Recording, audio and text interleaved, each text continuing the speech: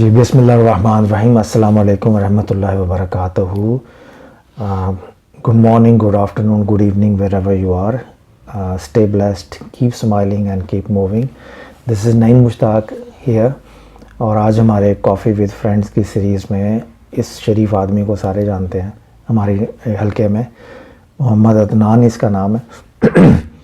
تو کافی عرصے سے اس کا انٹرویو پلان تھا, تو یہ کبھی ہاتھ نہیں آتا تھا, کبھی میں ہاتھ نہیں آتا تھا.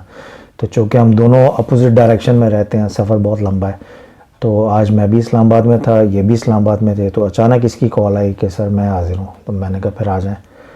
تو کوئی ہمیں مناسب جگہ نہیں ملی, تو ہم نے سوچا چلو میرے گھر پہ چلو. تو اس وقت میرے غریب خانے پہ یہ حاضر ہیں, اور یہ پہلی دفعہ تشریف لائے ہیں ماشاءاللہ, اور خالی آتا ہے. تو میں نے کہا کوئی بات نہیں, ابھی ہم انٹرویو ختم کر کے ساتھ ہی میں ہوٹل پہ دال چاول والا ہے, تو وہاں ان کی خاطر تواضع کریں گے. کافی ود فرینڈ میں پتہ ہے آپ کو کہ بل فرینڈ پے کرتا ہے, تو دال چاول کے پیسے آپ پے کریں گے, ٹھیک ہے جی. تو بہرحال یہ محبتیں ہوتی ہیں. تو welcome to my home. Thank you so much sir. یہ غریب خانہ ہے, تو اس کی آمد سے برکت سے جو کہہ لیجیے ہمیں بھی عزت بخشے, اللہ تعالیٰ اس کو سلامت رکھے. تو عدنان کا یہ ہے کہ اس سے میم عروج کے ریفرنس سے ہوئی تھی جی ملاقات. تو وہ جو ہماری مشترکہ وڈے پائن ہیں ان کی وجہ سے ان سے ملاقات ہوئی تھی. اگر آپ سن رہی ہیں تو آپ کا بہت بہت شکریہ, آپ کی وجہ سے بہت سارے اچھے لوگوں سے ملاقات ہوئی ہے. تو اللہ تعالیٰ آپ کو سلامت رکھے. تو عدنان کا میں نے سوچا تھا, یہ چھوٹا بھائی بھی ہے, دوست بھی ہے, تو یہ ٹریننگ اینڈ ڈیولپمنٹ کی فیلڈ میں بھی آگے آہستہ آہستہ آگے آ رہا ہے, اور ٹیچنگ فیلڈ سے بھی ہے. حق ٹی وی جو ہے اس پہ یہ اینکرنگ بھی کرتا رہا ہے. تو بہت عرصہ پہلے ایاز مورس کے ساتھ, جی جی آپ نے ایاز مورس کا بھی انٹرویو کیا تھا, پھر میرا بھی کیا تھا. تو کسی کو کیا پتا تھا کہ آگے چل کے حالات بدل جائیں گے, میں آپ کا انٹرویو کر رہا ہوں گا. تو دیکھیں نا, یہ ہوتا ہے. تو بہرحال یہ تھا کہ میں نے سوچا کہ اس کا میں انٹرویو کروں, اور پھر میں نے اس کو کہا کہ تم کب فارغ ہو. تو یہ اپنی مصروفیت کی وجہ سے بہت زیادہ مصروف رہتا تھا, بٹ آج موقع مل گیا ہے. تو میں اس کی لیے جو میرے دل میں محبت ہے, اس کی حوصلہ افزائی کے لیے میں نے سوچا تمہارا انٹرویو کرتے ہیں.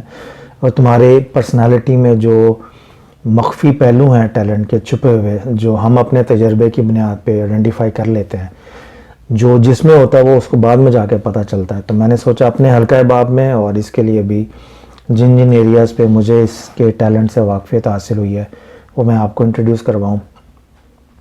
تو یہ تمہیدی گفتگو تھی تاکہ تھوڑا سا آپ کو بیک گراؤنڈ پتہ چل جائے. تو اب عدنان میاں, چونکہ ہم اپنے گھر میں ہیں, یہ کنورسیشنل سٹائل ہے, یہ بالکل ایسے ہی جیسے دو بھائی آپس میں بات کر رہے ہوں, ہنسی مذاق بھی چلتا رہتا ہے, گفتگو بھی چلتی رہتی ہے. تو عدنان, یہ کہاں سے سٹارٹ کریں؟ ایک روایتی سا سوال ہے کہ اپنا تعارف کرائیں.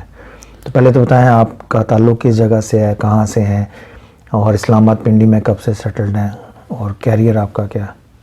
سب سے پہلے تو نعیم مشتاق صاحب آپ کا بہت شکریہ. میں اپنے ناظرین کو بتاتا چلوں کہ یہ میرے استاد کے استاد ہیں. میرے استاد ہیں کیسر عباس صاحب, اور ان کے استاد ہیں نعیم مشتاق صاحب. تو کیسر عباس صاحب سے جب شریف آدمی کے شاگرد ہو؟ جی سر.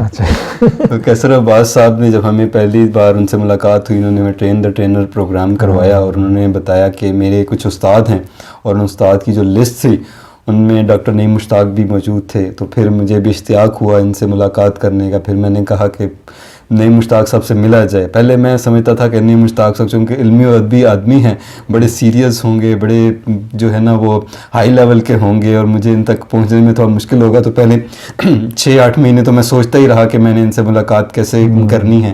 تو پھر وہ انہوں نے بتایا کہ اس ریفرنس سے میں نے اپروچ کیا اور اس سے ملاقات ہوگی.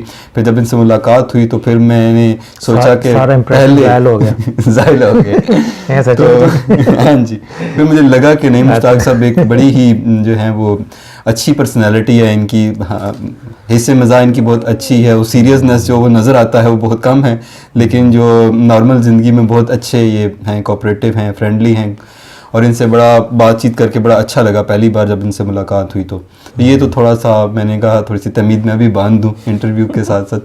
سو جہاں تک میرا تعلق ہے، محمد عدنان میرا نام ہے، راولپنڈی سے میرا تعلق ہے. راولپنڈی میں ہی ہمارا ہے سارا، ہمارا کسی اور شہر میں سر نہیں رہا ہمارا نا. ہم راولپنڈی میں ہی پیدا ہوئے. میرے باپ دادا، ان کے دادا پردادا سارے لوگ پنڈی سے ہی ہیں. پنڈی سے. سو پنڈی میں ہے، دمیال گاؤں ہے، وہاں سے میرا تعلق ہے. اور اس کے بعد تعلیم جو تھی وہ میں نے پنڈی میں لی، پھر آگے کالج سے پھر یونیورسٹی، پھر پروفیشنل لائف میں انٹری ہوئی اس کی. سو میرا تعلق جو ہے وہ بڑے ایک نارمل گھرانے سے ہے. مطلب آپ یہ کہہ دیں کہ میں ایک مزدور کا بیٹا ہوں. جب ہوش سنبھالا تو تھوڑی سی مزدوری سے ہی اپنا جو ہے وہ کیریئر شروع کیا تھا. تو پھر جب تھوڑی بہت سمجھ آنی شروع ہوئی، پھر تعلیم لی، یونیورسٹی میں پہنچے، تو اس کے بعد سے پھر راستے کھلتے گئے اور ہم کوشش کرتے رہے، آگے بڑھتے رہے. یہ سر بس سمپل سا back ground. Training and development میں نے دیکھا ہے چند ایک حوالوں سے آپ کی ٹریننگ کی ڈیلیوری بڑی اچھی ہے. تو یہ ٹریننگ کی طرف جو آپ کا رجحان ہوا، یہ کیسے ہوا؟ سر یہ بائی چانس ہوا ٹریننگ کی طرف. میں نے ایک آرگنائزیشن ہے سسٹینیبل ڈیولپمنٹ پالیسی انسٹیٹیوٹ میں، وہاں پہ تھا ایز اے ریسرچ ایسوسیٹ. میں نے وہاں پہ 6-7 سال کام کیا. تو میں ایک کہتے ہیں نا کیمرے کے پیچھے رہنے والا بڑا اچھا کام کرتا تھا. پروجیکٹ مینیج کرنا ہے، ایونٹ مینیج کرنا ہے، ساری کام کرنے ہیں. تو کیمرے کے سامنے آ کے بھی بڑا شائع فیل کرتا تھا. تو ایک دن مجھے ٹریننگ میں آنے سے پہلے کی بات بتا رہا ہوں اس میں، ایک دن مجھے جو ہے نا میرے جو سپروائزر تھے انہوں نے کہا کہ ہم ایک سیمینار کر رہے ہیں اور اس میں آپ نے بھی اسپیکر ہونا ہے. میں سر بچا کے اگر میں نکل سکتا ہوں تو ٹھیک ہے، لیکن وہ نہیں بچ سکا. انہوں نے کہا کہ جی آپ نے بھی اسپیکر ہونا ہے. اب میرے ساتھ جو تھے وہ ایک پینل تھا، اس میں اس وقت کے جو وزیر تھے خرم دستگیر صاحب وہ بھی تھے، پھر اور 2-3 بڑے نام تھے جو تھے. تو اس میں میں نے کہا سر مجھے تو کچھ بولنا نہیں آئے گا، تو آپ مجھے لکھ کے دے دیں. تو انہوں نے اپنی میری ساری جو اسپیچ تھی وہ انہوں نے انگریزی میں مجھے ڈکٹیٹ کرائی. میں نے اس کو لکھا اور اس کے بعد پھر میں نے وہ پڑھتے پڑھتے بول دی ساری. تو یہ تھا، مجھے بڑی جھجک ہوتی تھی کیمرے کے سامنے آنے سے اور بولنے سے. اور پھر اس طرح سے آگے بڑھتے رہے. 2017 میں جب اس آرگنائزیشن میں دوسری آرگنائزیشن میں آیا تو ہماری آرگنائزیشن نے ایک یونیورسٹی میں ٹریننگ کروانی تھی. تو وہاں پہ لاسٹ ڈے پہ پتہ چلا کہ وہ ٹرینر جو ہیں وہ نہیں اویلیبل ہیں. یوتھ کے لیے ٹرینر تھی پرسنالٹی ڈیولپمنٹ کے حوالے سے. تو ہماری آرگنائزیشن کے پاس جو تھا آپشن کوئی نہیں تھا. انہوں نے کہا جی عدنان صاحب یہ ٹریننگ اب آپ نے کرنی ہے. تو اب میں پھر کہا جی اب مرتا کیا نہ کرتا. میں نے وہ حامی بھر لی. تو بس وہاں سے ہی پھر میرا ٹریننگ اچھا وہ ہوا ایسے کہ لوگ کہتے ہیں نا کہ شاید میں نے تھوڑی دیر کی ٹریننگ کی. اب مسئلہ یہ تھا کہ پورے دن کی ٹریننگ مجھے کرنی پڑ گئی. وہ میں نے بچوں کے ساتھ یونیورسٹی کے اسٹوڈنٹ سے ان کے ساتھ انٹریکٹ کیا، میں نے تیار کیا سارا کچھ اور بڑا اچھا فیڈ بیک ملا. تو وہاں سے مجھے ریئلائز ہوا کہ میں شاید ایک انڈر ٹرینر کوئی چھپا ہوا ہے جس ٹیلنٹ مجھے سامنے لانا چاہیے. تو پھر میں نے جو ہے وہ یوتھ کے لیے کام کرنا شروع کیا. مختلف یونیورسٹیز کو اپروچ کیا، اپنے پروگرام ڈیزائن کیے کہ جو زندگی میں ہم نے سیکھا ہے پروفیشنلزم، پروفیشنل لائف کے حوالے سے وہ یوتھ کو بھی ہمیں بتانا چاہیے. تو میں نے یونیورسٹیز کے ساتھ سیشنز کیے پروفیشنل ڈیولپمنٹ فار یوتھ. تو وہ کافی اچھا رسپانس ملا اس سے. تو پھر میں نے سوچا کہ اب مجھے جو ہے وہ ایک ٹریننگ کا سرٹیفکیشن بھی لے لینا چاہیے. تو پھر میں نے سوچا کہ کس سے لیا جائے. تو کیسر عباس صاحب کا پروگرام تھا نا کہ کیسر عباس صاحب کا پروگرام کافی مہنگا ہے. تو تقریباً وہ پاکستان میں سب سے مہنگا ہے. 2.5 لاکھ روپے کا پروگرام ہے. 6 منتھس میں پراپر وہ آپ کو کہتے ہیں نا پریشر کوکر میں رکھ کے رگڑتے ہیں آپ کو، اس کے بعد وہاں سے ٹرینر نکلنا ہے. تو یہ ان کی مہربانی ہے کہ انہوں نے چانس دیا اس میں پروگرام میں. پھر ان سے بہت کچھ سیکھنے کو ملا اور انہی کے جو بتائے ہوئے طریقے ہیں ان کو ہم ٹریننگ میں یوز کرتے ہیں، جس سے وہ انسپائر کرتے ہیں لوگوں کو. ہم بھی تھوڑا بہت جو ہے نا وہ آٹے میں نمک کے برابر انسپائر کرنے کی کوشش کرتے ہیں. نہیں ماشاء اللہ، وہ از اے ویری گڈ ٹرینر. تو میں نے بھی اس کی ٹریننگ ایز اے گیسٹ کے طور پہ اٹینڈ کی اور مزہ آتا ہے اس کی ٹریننگ دیکھ کے. جیکی چین کی ایک فلم ہے ایکسیڈنٹل اسپائی، اگر آپ کو دیکھنے کا اتفاق ہو. نہیں میں نے ابھی نہیں دیکھی لیکن میں آئندہ ہاں دیکھیں. ایکسیڈنٹل اسپائی اس میں ہوتا ہے کہ حادثاتی طور پہ وہ ایسے حالات میں سے گزرتا ہے کہ وہ جاسوس بن جاتا ہے. پھر یہ ایک مثال ہے. پھر ایک دفعہ ہوتا ہے کہ بعض اوقات حادثاتی طور پہ انسان کی کسی سے ملاقات ہو جاتی ہے، نظریں دو چار ہوتی ہیں اور پھر وہ عشق ہو جاتا ہے. ایسی بے شمار لو سٹوریز آپ نے دیکھی ہوں گی فلموں میں بھی. پھر اس لو سٹوری کے اوپر شادی ہوتی ہے، بچے ہوتے ہیں، پھر فیملی وجود میں آتی ہے. تو میرے خیال میں یہ جو حادثاتی کا لفظ ہے نا، میں اس کو کہتا ہوں کہ یہ سم ٹائمز انسان کی لائف میں نا ڈیوائن انٹرونشن ہوتی ہے. بالکل صحیح. اللہ تعالیٰ نے اس آدمی کو اپنے پلان کے مطابق اپنی ڈائریکشن پہ چلانا ہوتا ہے. کوئی بھی ڈائریکشن ہو جائے، کوئی آتھر ہو جاتا ہے، کوئی اسپیکر ہو جاتا ہے، کوئی ٹرینر ہو جاتا ہے، کوئی مبلغ ہو جاتا ہے، کوئی پولیٹیشین ہو جاتا ہے. تو بندہ اپنی پلاننگ میں چل رہا ہوتا ہے. جب ڈیوائن انٹرونشن ہوتی ہے نا، اس کو ہم کہتے ہیں حادثاتی. بالکل. تو آپ کے جو 2 تجربے تھے جس سے آپ کو ریئلائزیشن ہوئی کہ آپ کے اندر کوئی نہ کوئی صلاحیت ہے، اور جن لوگوں نے آپ کو وہ رسپانسبلٹی دی انہوں نے آپ کے اندر چھپا ہوا وہ ملکہ وہ صلاحیت دیکھی. باقی وہ ہیومن چیزیں ہوتی ہیں کہ جھجک ہوتی ہے, جیسے پہلی دفعہ کہنا پڑ جانا قبول ہے, تو پہلی قبولیت پہ تھوڑا سا بندہ خوف میں ہوتا ہے, پتہ نہیں کیا ہوگا آگے, ایسے ہی. بٹ آگے زندگی پھر خوشگوار بھی ہوتی ہے. تو میرے خیال میں جو چیزیں میں نے اس سے اخذ کی ہیں وہ یہ ہیں کہ بڑے کم خوش نصیب ہوتے ہیں جن کی لائف میں ڈیوائن انٹرونشن ہو اور وہ پھر اپنی لائف کو خدا کے ڈائریکشن کے اوپر ڈھال کے تو آگے چلائیں. تو اس کی جو میں جہاں تک ابھی تک اس کو سمجھ سکا ہوں, جان سکا ہوں, تو اس کی لائف میں ڈیوائن انٹرونشنز بہت ہوئی ہیں. اب آپ کا ٹیچنگ میں بھی ہے شوق, جرنلزم کی طرف کیسے ہے؟ کیونکہ حق ٹی وی پہ آپ کا تھا تو میں نے دیکھا تھا بہت سارے لوگوں کے آپ نے انٹرویوز بھی کیے, اس میں پولیٹیشین بھی ہیں, سوشل ورکر بھی ہیں. تو میرے خیال میں ایک تو ہوتی ہے آپ کی ایجوکیشن جو آپ کلاس میں جا کے یونیورسٹی میں بیٹھ کے ٹیچر کو سنتے ہیں, ایک ہوتا ہے جب آپ کسی کا انٹرویو کر رہے ہوتے ہیں تو وہاں سے بہت کچھ سیکھنے کا موقع ملتا ہے. اور انٹرویو لیتے وقت یعنی کیمرے کے سامنے بیٹھتے وقت لوگوں سے مخاطب ہو کے ان کی لائف کو ایکسپلور کرتے وقت بڑا کچھ سیکھنے کا بھی موقع ملتا ہے, اور بڑے وہ سینسٹیو ایریاز بھی ہوتے ہیں. تو یہ والا جو ٹیلنٹ تھا یہ کیسے ڈسکلوز ہوا اور اس کو کیسے پالش کیا آپ نے؟ بہت کم لوگ جانتے ہیں میری لائف میں, جو آج کل جو میرا حلقہ ہے بابا ان کو تو بالکل بھی اس بات کا نہیں پتا کہ میں نے نیوز رپورٹر کے طور پر بھی ٹیلی ویژن کے ساتھ کام کیا ہے.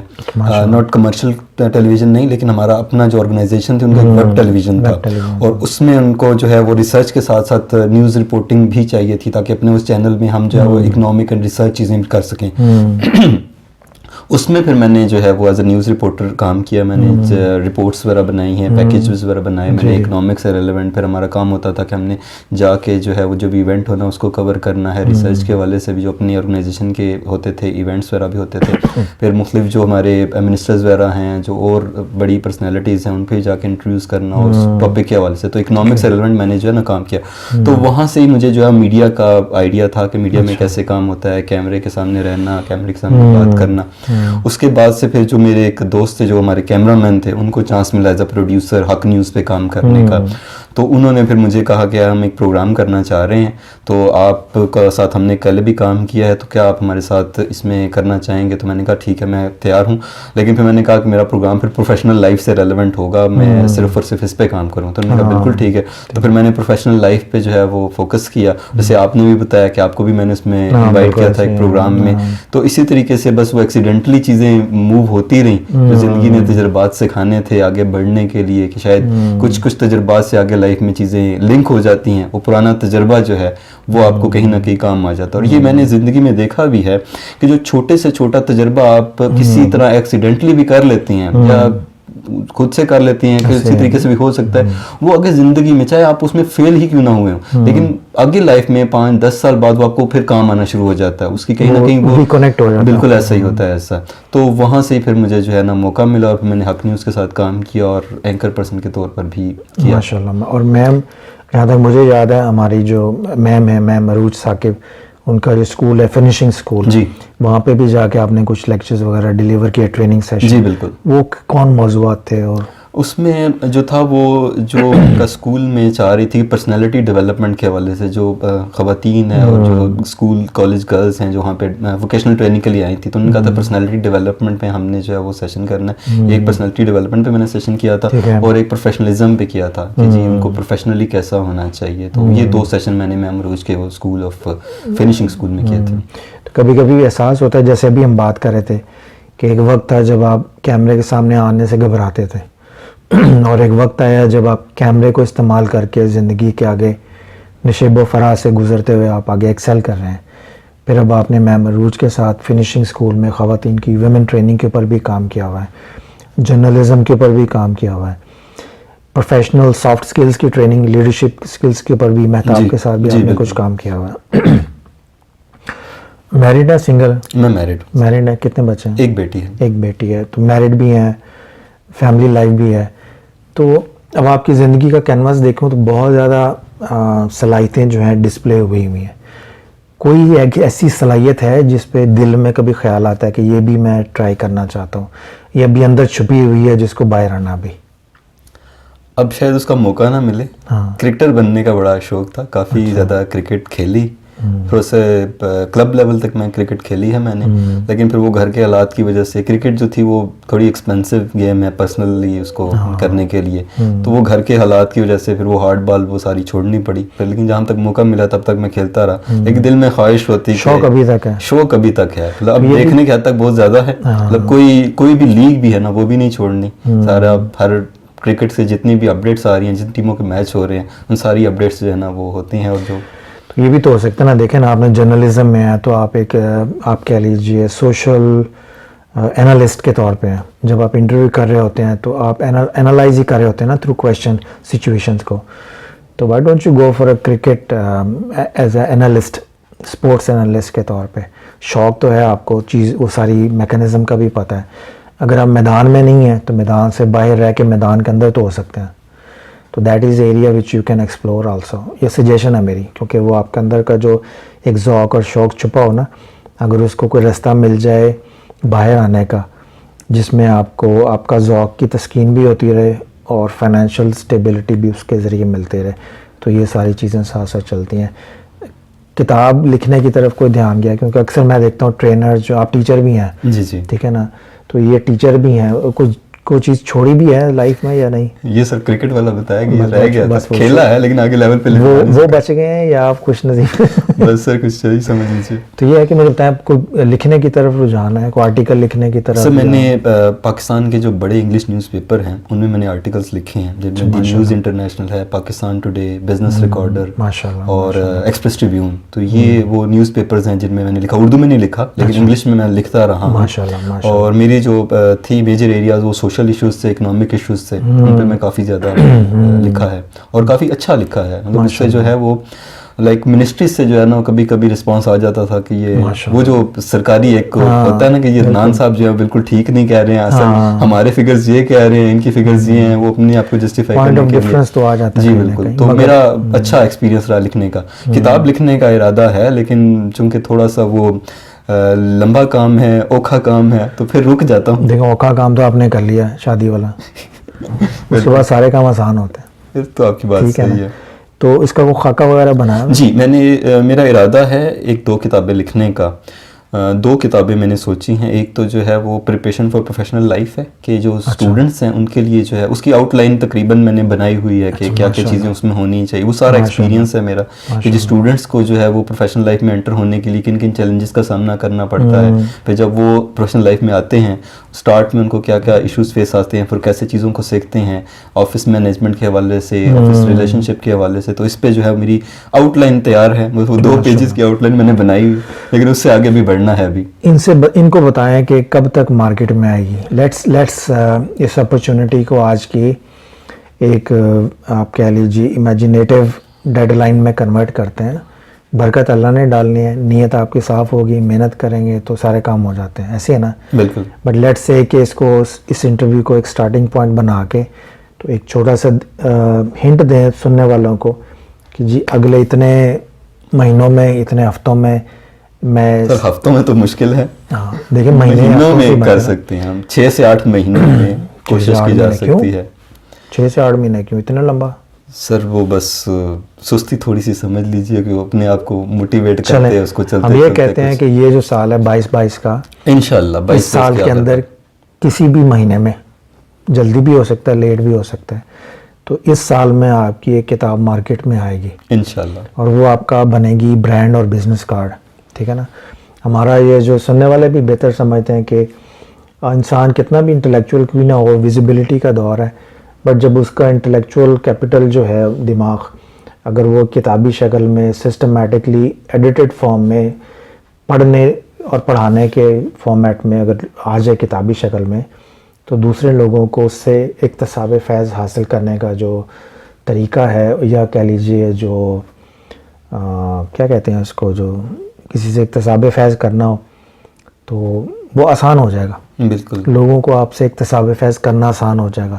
کتاب کا یہ بھی بینیفٹ ہوتا ہے کہ جہاں آپ نہیں پہنچ سکتے وہاں کتاب پہنچ جاتی ہے۔ لیکن سر ایک چیز آج کل کے دور میں تھوڑا سا آپ کے خیال میں یہ آپ سے بھی جاننا چاہوں گا، آج کل جو ہے وہ کتاب پڑھنے کا ٹرینڈ بہت کم ہو چکا ہے اور لوگ جو ہیں وہ ویڈیوز بنانے پہ زیادہ آ گئے ہیں، لیکن کچھ اور بڑے رائٹرز بھی ہیں ان کا بھی دھیان جو ہے وہ تھوڑا سا کم ہے بکس رائٹنگ پہ، لیکن وہ ویڈیوز بنانے پہ زیادہ آ گئے ہیں. تو آپ بذات خود، میں آپ سے یہ سوال ہے، آپ خود کیا سمجھتے ہیں کہ اب جو جنریشن آ رہی ہے ان کا کتاب سے لائک اکیڈیمک بکس تو ان کی مجبوری ہے پڑھنا، لیکن ہم جب ہوتے تھے، میں اگر اپنی مثال دوں تو میں جب یونیورسٹی میں تھا تو میری جو لائبریری کے کارڈ تھے وہ بھرے ہوئے تھے اور اس پہ جو ہے وہ کوئی جو تھی وہ کورس سے ریلیونٹ بک نہیں تھی، وہ سارے افسانے تھے، ڈرامے تھے، ناولز تھے اور بکس تھی ساری، تو اس پہ جگہ نہیں ہوتی تھی. وہ لائبریرین کہتے تھے کہ میں اب ٹھپا کہاں لگاؤں یار، میرا پورا سیمسٹر پڑا ہوا ہے، میں اب کہاں ٹھپا لگاؤں، تو میں نیا کارڈ ایشو کروا لوں. سو اب سمجھتے ہیں، یہ میں بات بتا رہا ہوں 8-10 سال پہلے کی، اب سمجھتے ہیں کیا جو طالب علم ہیں ہمارے وہ کتنا زیادہ ان کا تعلق ہے کتاب سے، مطلب کورس کی کتاب کے علاوہ. تو کیا جو ٹرینڈ چینج ہو رہا ہے کتاب سے ویڈیوز کی طرف آ رہا ہے، اس میں آپ کیا سمجھتے ہیں کہ پھر کتاب کا رول کہاں تک افیکٹو ہوگا اگلے کچھ سالوں میں؟ دیکھیے، پہلی بات ہے میں اس نوشن سے متفق ہی نہیں ہوں کہ کتاب کا رول کم ہو رہا ہے. کتاب کا نیم البدل کوئی بھی نہیں ہے، خواہ آپ اس کو ٹیب پہ پڑھ لیں، خواہ آپ لیپ ٹاپ پہ پڑھ لیں، خواہ آپ موبائل فون پہ پڑھ لیں، کچھ بھی پڑھ لیں، کتاب کی جو فزیکل فارم ہے نا، کاغذ اور صفحے کی اور اس کی بائنڈنگ کی اور اس کی جلد بندی کی، اس کا اپنا مزہ ہے. اس کی بیٹری کی ڈیڈ لائن کوئی نہیں ہوتی، اس کو مارک کرنے کی سہولت ہوتی ہے. ایک ہسٹوریکل جو چیزیں آ رہی ہیں، ایک اور میں آپ کو اور چیز بتاؤں، یہ روحانی طور پہ ہے، میں نے آج تک کبھی ڈسکلوز نہیں کی، اس کے پروگرام میں اس کی وجہ سے ڈسکلوز کر رہا ہوں، اس کا کریڈٹ بھی اسی کو جاتا ہے. تھینک یو سو مچ. جب آپ پرانی کتابوں کے ایڈیشن اٹھاتے ہیں نا اور اسی کا نیا ایڈیشن اٹھا لیں، تو پرانا ایڈیشن جو ہوگا نا اس کے کاغذات کے رنگ و روغن میں اور اس کی اسمیل میں اس کے دور کے اثرات محفوظ ہو جاتے ہیں. ٹھیک ہے، جو بہت زیادہ اسپریچولی کنیکٹڈ ہوں گے نا کتاب پڑھنے کے فن سے، وہ جب پرانے ایڈیشن کو اٹھائیں گے نا تو پرانا ایڈیشن میں اور نئے ایڈیشن میں انفارمیشن تو سیم ہوگی، مگر پرانا ایڈیشن اٹھاتے ہی وہ اس ایڈیشن کے دور میں چلے جائیں گے. بالکل، اگر 65 کا چھپا ہوا ہے تو وہ 65 کے دور میں پہنچ جائیں گے. آپ پرانے اردو ڈائجسٹ، سیارہ ڈائجسٹ 70s کے، 60s کے، 50s کے اٹھا کے دیکھ لیں، جب آپ کھولتے ہیں نا تو آپ ایگزیکٹلی یعنی ٹائم ٹریول کر کے آپ اس دور میں چلے جاتے ہیں تھرو پیپرز، کاغذوں کے ذریعے. اس دور کی ایڈز دیکھیں، پھر اس دور کا جو کاغذ ہے، اس دور کی جو کیلیگرافی ہے، اس دور کاغذ نے اپنے دور کے اثرات کو اپنے اندر سمویا ہوتا ہے. یہ جو کاغذ کا اپنے دور کے اثرات کو اپنے کاغذ کے عکس پہ لے کے محفوظ کر لینا، یہ صلاحیت ڈیجیٹل میڈیا میں نہیں ہے. ڈیجیٹل میڈیا میں صرف لفظ ہیں، نالج ٹرانسفر ہو رہا ہے، کلچر یا اس کا جو کہہ لیجیے اثرات ہیں روحانی، وہ نہیں ٹرانسفر ہوں گے، وہ کتاب کے اس صفحے کے اندر رہیں گے کہ جس دور کا وہ ایڈیشن ہے. اس لیے اگر پرانے ایڈیشن دیکھیں، نئے ایڈیشن دیکھیں، اگر ون اینڈ دا سیم ہے، مگر پرانے ایڈیشن کی ویلیو کیوں ہوتی ہے؟ اپارٹ فرام اینٹیک، وہ اس دور کے کلچر کو، اس دور کے اثرات کو اسپریچولی اپنے اندر پرزرو کر لیتے ہیں. اس کو کنیکٹ کرنے کے لیے بندے کی وہ اسپریچول اندر کی صلاحیتیں جاگی ہونی چاہیے جس سے وہ کاغذ سے اس دور میں اتر جائے. ٹھیک ہے نا، آپ اس کی اسمیل دیکھیں گے ڈیفرنٹ ہوتی ہے، آپ ماڈرن ڈے کے کاغذ دیکھ لیں ان کی اسمیل ڈیفرنٹ ہوگی. تو یہ جو ایک یہ تو اس کا فزیکل پارٹ ہے. اور دوسری بات یہ ہے کہ کتاب کا کلچر بالکل نہیں نیچے آیا. اس کے لیے ضروری ہے کہ آپ ان جگہوں پہ جائیں جہاں پہ کتابیں بکتی ہیں، جہاں پہ کتابیں پڑھی جاتی ہیں. یہ میرے پیچھے آپ دیکھ رہے ہیں، میں اس وقت جو ہے وہ کتابوں کے سمندر میں گھیرا ہوا ہوں اور میرا دل چاہ رہا ہے میں غوطہ لگا لوں، لیکن مجھے اجازت نہیں ہے. اب دیکھیں نا، ماحول بنانا ہوتا ہے نا. اگر میں یہاں سارا ڈیجیٹل میڈیا لگا دوں، ٹھیک ہے نا، تو جیسے میں کمرے میں انٹر ہوں گا تو میرا دل کرے گا میں ویڈیو لگا لوں، میں کچھ بھی کر لوں. میں جب کتابوں کے کمرے میں آؤں گا تو ایک انوائرمنٹل سپورٹ ہوتی ہے آپ کی، جیسے آپ نے پڑھنا ہے. اب میری عادت ہے کہ میں صبح یا کچن میں جب ناشتہ بنا رہا ہوں گا تو میں اپنا لیپ ٹاپ لگا کے ویڈیو پہ جو کتاب میں نے پڑھنی ہوگی یا جو کتاب نہیں آئی ہے، اگر آتھر کا اس کے اوپر انٹرویو ہے، آتھر کی پریزنٹیشن ہے، میں وہ لگا لیتا ہوں. میں ڈیجیٹل میڈیا کو کتاب سے کنیکٹ کرنے کے لیے استعمال کرتا ہوں, کتاب سے کو ریپلیس کرنے کے لیے نہیں. That is the difference. آپ ڈیجیٹل میڈیا کو کتاب کے کانٹینٹ اور نالج کے ساتھ کنیکٹ کریں, ریپلیس نہ کریں. فزیکل بک کی اپنی اہمیت ہے اور فزیکل بک کو کبھی بھی ڈیجیٹل میڈیا ریپلیس نہیں کر سکتا. ہاں یہ ہے کہ آپ انٹرنیشنل ٹریول کر رہے ہیں تو آپ 800-900 کتابیں اٹھا کے جیب میں نہیں لے جا سکتے. آپ ان کے PDF ہیں, PDF آپ کتاب پہ کنورٹ کر لیں. اس میں بھی جو جینوئن PDF کنسیڈر ہوگا نا اسکالرلی ریفرنس کے پوائنٹ آف ویو سے, جو قابل اعتبار ہوگا, وہ اوریجنل پیجز کی اسکیننگ ہوتی ہے. صرف کمپیوٹرائز اسکیننگ کو PDF جو ہے وہ ریفرنس کے پوائنٹ آف ویو سے ناقابل اعتبار ہوتا ہے. اچھا, جو اولڈ ایڈیشن کے آپ نے ریفرنس دینے ہوتے ہیں نا, وہ کہتے ہیں کہ اوریجنل پیجز کیا ہے, کیونکہ جب آپ اس کو کنورٹ کرتے ہیں نا ڈیجیٹلی تو وہ ڈیجیٹل ٹرانسفر ہو کے تو پھر آپ اس کو ٹائپ سیٹنگ کرتے ہیں اس کی. وہ ہیومن ایسپیکٹ ہے, ٹھیک ہے نا, اس میں چینجز ہوتی بھی ہیں اور لوگ کرتے بھی ہیں. اس لیے when they want to کہ جب اس کو اینالائز کرنا ہو نا, انہوں نے اپنا کیا کہتے ہیں اس کو کمپیوٹرائز ایڈیشن کو ایویلویٹ کرنا ہو تو جو اوریجنل پرنٹڈ مینوسکرپٹ ہے نا اس سے کمپیئر کرتے ہیں کہ وہ ٹھیک ہے یا نہیں ٹھیک ہے. تو یہ اپنا ایک لمبا موضوع ہے, اس میں بالکل چھیڑا تھا ہم نے. بس میں آپ کی ان باتوں سے تھوڑا موٹیویٹ ہوا ہوں اور اب میرا دل کیا ہے کہ میں ان ساری جو خصوصیات آپ نے بتائی ہیں کتاب لکھنے کی اور جو سارا اس کا فائدہ ہے, اس سے اب مجھے تھوڑی سی کہتے ہیں ڈھارس بندی ہے کہ اب میں لکھوں گا تو وہ جو ویڈیو والا کانسیپٹ تھا وہ کم ہے اور کتاب کا ویڈیو اپنی جگہ امپورٹنٹ ہے. دیکھیں نا, ہم بھی تو ویڈیو بنا رہے ہیں نا, تو ویڈیو بنا کے تو مراد یہ ہے کہ کتاب سے تعلق مضبوط ہوتا ہے, کتاب سے تعلق ریپلیس نہیں ہوتا. بس یہ ذہن میں رکھیں. آپ کا جتنا الیکٹرانک میڈیا ہے یہ کتاب سے آپ کے تعلق کو مضبوط کرنے کا باعث بنتا ہے. اور اس طرح کی اور بے شمار بات. But any way I am sure کہ آپ اس پہ اور زیادہ محنت کریں گے اور زیادہ لکھیں گے. اب آپ اپنا مجھے ہمیشہ یہ رہتا ہے, آپ یہ جو ماشاء اللہ ہیر رانجھے والا ہیئر کٹ ہے, ٹھیک ہے, اور اس میں آپ یہ دیکھیں یہ کیا چیز ہے. یہ ہیئر کٹ جو ہے وہ دیکھیں ماتھا میرا بہت بڑا ہے, میں گنجے ہونے کے قریب ہوں, اس وجہ سے یہ ہیئر کٹ جو ہے وہ تقریباً ایسا کوئی اور بن نہیں سکتا. بال میرے باریک ہیں تو یہ کچھ وہ وحید مراد والا سٹائل تھوڑا بہت جو ہے وہ آ جاتا ہے. اس کے پیچھے کیا راز ہے یہ جو تھوڑی سی شیو رہ جاتی ہے؟ یہ سر کوئی تقریباً مجھے رکھے ہوئے کوئی 16-17 سال ہو گئے ہیں. اچھا, تو بس اس وقت جب یہ نئی آئی تھی تو پھر یہ نہیں کی, اور اسی جب اس وقت جب ہم ٹین ایج میں تھے تو اس وقت جب تھوڑی سی شیپ کسی کی نشانی تو نہیں رکھی ہوئی؟ نہیں سر, ایسا نہیں ہے.